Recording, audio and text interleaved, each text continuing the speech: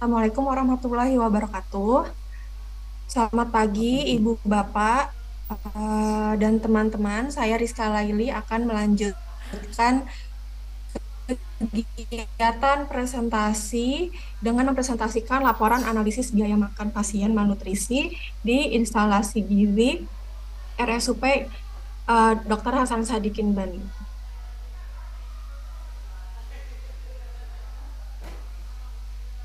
Selanjutnya, pada latar belakang berdasarkan Permenkes RI nomor 78 tahun 2013, disebutkan bahwa pelayanan gizi di rumah sakit adalah pelayanan yang diberikan dan disesuaikan dengan keadaan pasien berdasarkan keadaan klinis, status gizi, dan status metabolisme tubuh di ruang lingkup meliputi pelayanan gizi, rawat jalan, dan rawat inap, penyelenggaraan makanan, serta penelitian dan pengembangan gizi.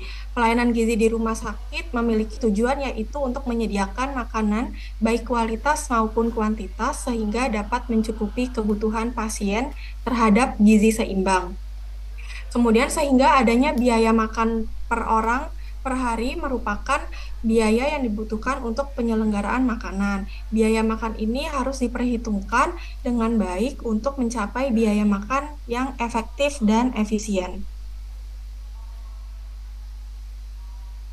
Kegiatan analisis biaya ini memiliki tujuan umum yaitu untuk mengetahui dan menganalisis biaya makan pasien malnutrisi di ruang Kenanga 2 RSUP Dr. Hasan Sadikin Bandung.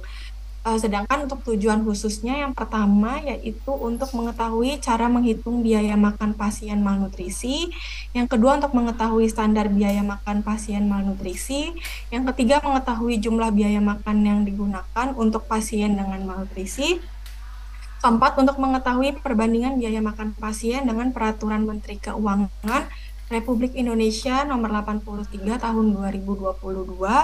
Kemudian yang kelima untuk mengetahui perbandingan biaya makan pasien dengan tarif inasi bijis, dan yang keenam untuk mengetahui efektivitas biaya pada pasien malnutrisi. Selanjutnya dijelaskan bahwa malnutrisi atau kondisi kurang gizi merupakan kondisi akibat asupan atau pemenuhan kebutuhan zat gizi yang tidak memadai untuk memenuhi fungsi pertumbuhan dan mencegah penyakit kronis atau akut, dan sering ditandai dengan kondisi fisik seperti stunting, wasting, kekurangan berat badan, dan defisiensi zat gizi mikro. Untuk menegakkan diagnosis malnutrisi ini oleh GLIM atau Global Leadership Initiative on Malnutrition disebutkan 5 kriteria, yaitu yang pertama terjadi penurunan berat badan yang tidak diinginkan, kemudian terdapat IMT yang rendah, yang ketiga kehilangan massa otot, yang keempat terjadi penurunan asupan atau asimilasi, dan adanya beban penyakit atau inflamasi. Kemudian terdapat juga istilah malnutrisi rumah sakit atau MRS, di mana kondisi ini terjadi malnutrisi saat masa perawatan di rumah sakit. Kejadian ini bisa diakibatkan karena kondisi hipermetabolisme, malabsorpsi, dan kehilangan zat gizi. Kemudian pada biaya makan atau food cost dijelaskan sebagai uang yang telah dan akan dikeluarkan dalam rangka memproduksi makanan yang sesuai kebutuhan atau permintaan dengan penggunaan biaya yang efektif dan efisien. Adapun biaya makan ini ditentukan oleh 3 komponen, yaitu yang pertama ada biaya bahan atau material atau disebut food cost, yang kedua ada biaya tenaga kerja atau disebut labor cost, dan yang ketiga ada biaya tambahan atau overhead. Nah, untuk standar biayanya ini berdasarkan indeks harga makanan yang tercantum dalam PMK nomor 83 tahun 2022, terdapat perbedaan standar biaya makan berdasarkan kelas perawatan, yaitu pada kelas rawat kelas 1 harga biaya makannya mencapai 63.000, kelas 2 sebanyak 53.000, dan pada kelas 3 perawatan ini biaya makannya sebanyak 30.000. Untuk tarif inasi biji sendiri ini atau yang disebut dengan tarif Indonesian Cash Based Groups adalah besaran pembayaran klaim oleh BPJS Kesehatan kepada fasilitas kesehatan tingkat lanjutan atas paket layanan yang didasarkan kepada pengelompokan diagnosis penyakit. Nah, inasi bijis ini adalah suatu sistem pendanaan berbasis cash mix, diagnosis utama, komplikasi, dan segala bentuk intervensi pada pasien eh, terhadap input dan diklasifikasikan menurut kode inasi bijis itu sendiri. Nah, case mix itu uh, didefinisikan sebagai pengelompokan kasus berdasarkan ciri klinis dan pemakaian sumber daya yang relatif sama atau mirip. Kemudian disebutkan dalam penelitian adanya keadaan malnutrisi sebagai komplikasi seringkali menghasilkan klasifikasi penyakit yang lebih tinggi dalam sistem pengkodean atau klasifikasi nasi biji sehingga malnutrisi ini berpotensi untuk meningkatkan reimburse biaya rumah sakit. Next, nah di sini bisa dilihat pada layar terdapat salah satu contoh coding inasi bijis yaitu ICD-10 untuk klasifikasi malnutrisi. Ini di sini ada coding E4.1, E4.4.0, kemudian E41, E40, E42, E43, dan E46. Ini setiap coding ada klasifikasi dan kriterianya sendiri. Kemudian selanjutnya pada bagian hasil dan pembahasan analisis biaya makan akan dijelaskan 6 poin yang dimulai dari gambaran kasus sampai pada evaluasi biaya makan selama pengamatan. Pada gambaran kasus, anak laki-laki usia 17 tahun, 10 bulan, ini dirawat di kelas 3 dengan jaminan kesehatan BPJS Kesehatan. Memiliki diagnosa kerjanya talasemia mayor, suspek talasemia bondisis, TBC paru, kemudian kolestatis jaundice. Kemudian di sini juga terdapat diagnosis malnutrisi sedang. Sedangkan untuk diagnosa gizinya, dari asesmen diketahui pasien mengalami malnutrisi berat dengan indeks IMT per U. Ini memiliki nilai Z-score-nya minus 3,24 standar deviasi.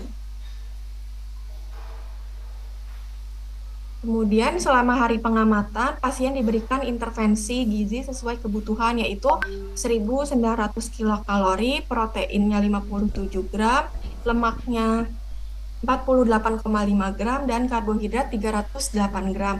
Di sini, jadi dari hari pertama sampai hari ketiga pengamatan, intervensi atau pemberian dietnya yang diberikan tetap sama, yaitu makanan standar 1.900 kilokalori atau standar LA, dan ada tambahan suplemen oral Ensure itu sebanyak 1 kali 200 ml dalam sehari. Maka pemberian diet pasien selama pengamatan ini sudah sesuai dengan kebutuhan pasien tersebut dengan tambahan makanan enteral dan makanan padat. Next, pada standar makanan indeks biaya. Ini di sini menggunakan 2 standar biaya makanan. Yang pertama itu ada indeks biaya. Standar biaya ini berdasarkan indeks harga makanan kelas perawatan, yaitu kelas perawatan kelas 3, dengan biaya makan sehari setelah dilakukan pembulatan adalah sebesar 30.000. Biaya ini sudah sesuai dengan peraturan PMK nomor 83 tahun 2022, di mana biaya tersebut merupakan biaya untuk hanya untuk makanan padat pada kelas 3 dan tidak termasuk untuk biaya formula enteral. Sedangkan untuk yang kedua ini adalah standar biaya makanan berdasarkan tarif inasi bijis. Di sini ada 2 klaim. Yang pertama untuk diagnosa utamanya yaitu beta talasemia saja, ini sebesar 6.173.900, dan untuk yang kedua ini berdasarkan diagnosa utama plus sekunder. Ini ada beta talasemia plus moderate protein energy malnutrition sebanyak 7.896.600. Maka untuk mengetahui tarif inasi bijis malnutrisi sedang dengan kode E44 ini didapatkan dengan menghitung selisihnya. Jadi didapatkan tarif sebesar 1.722.700. Kemudian untuk biaya makan disesuaikan dengan intervensi gizi, yaitu uh, bentuk nasi standar LA, kemudian diberikan snack juga dan tambahan ensure 1 kali 200 ml.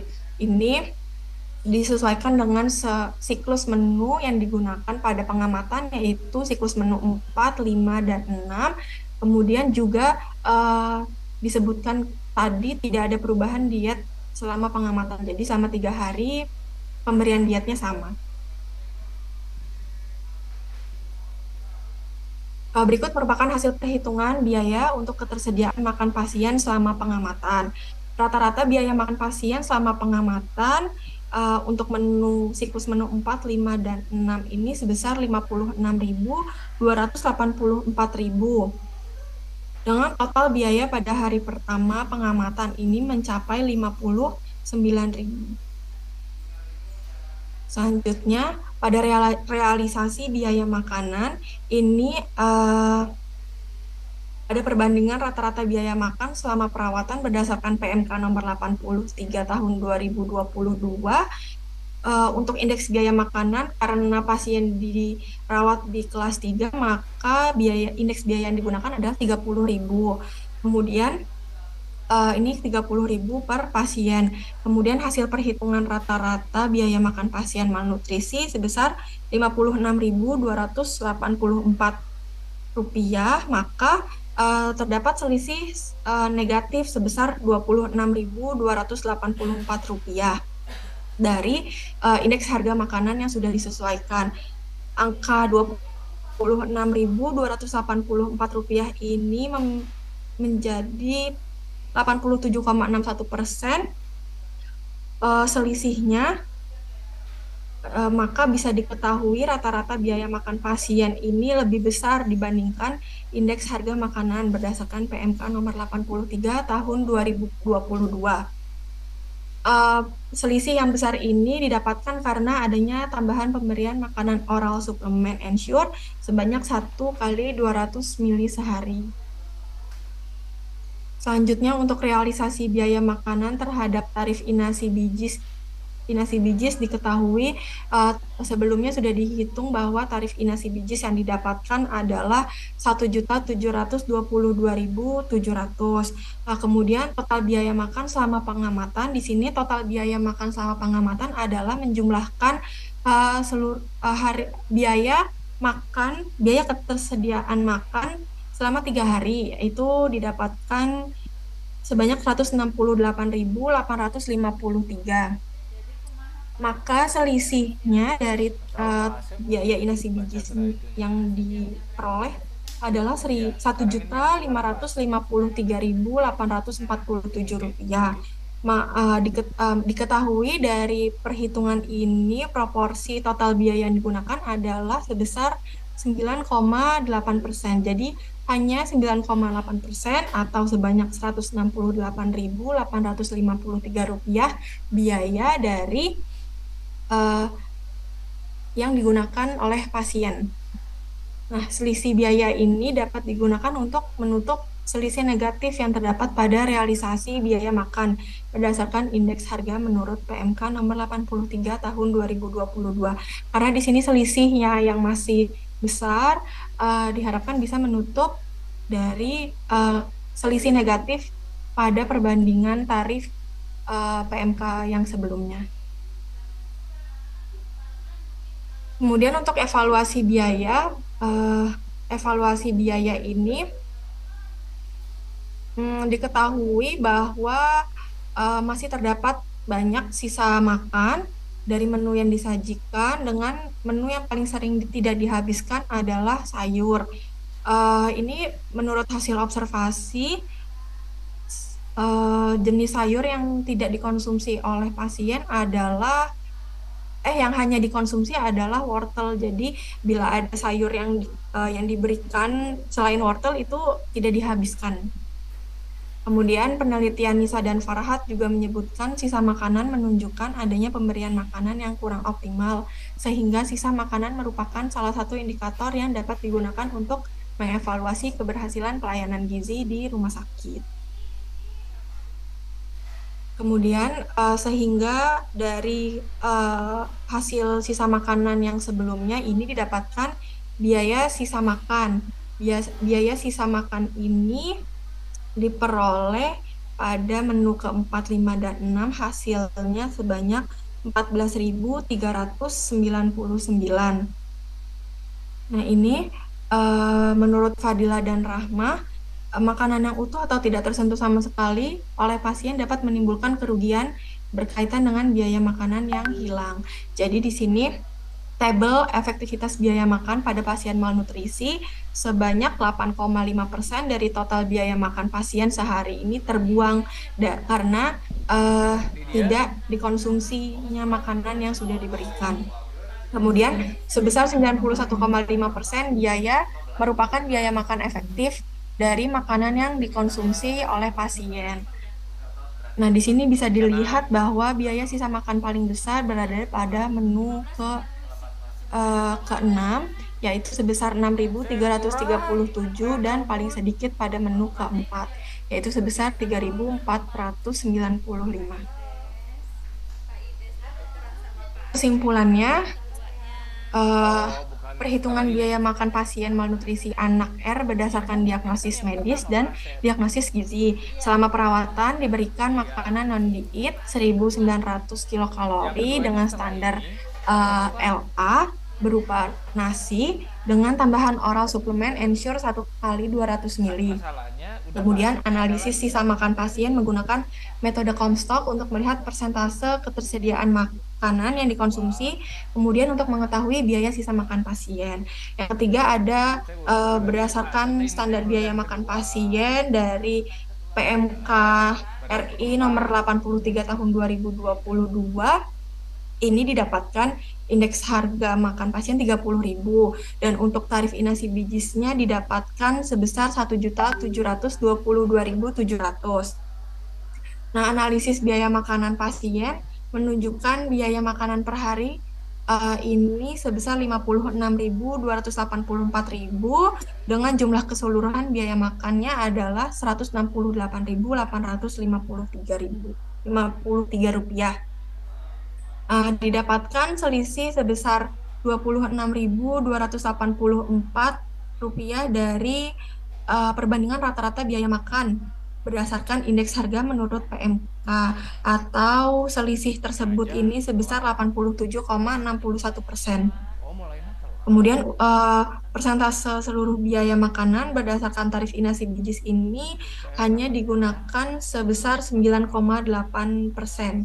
Dan yang terakhir, efektivitas biaya makan pasien mencapai 91,5% dari seluruh biaya makan pasien yang sudah dikeluarkan.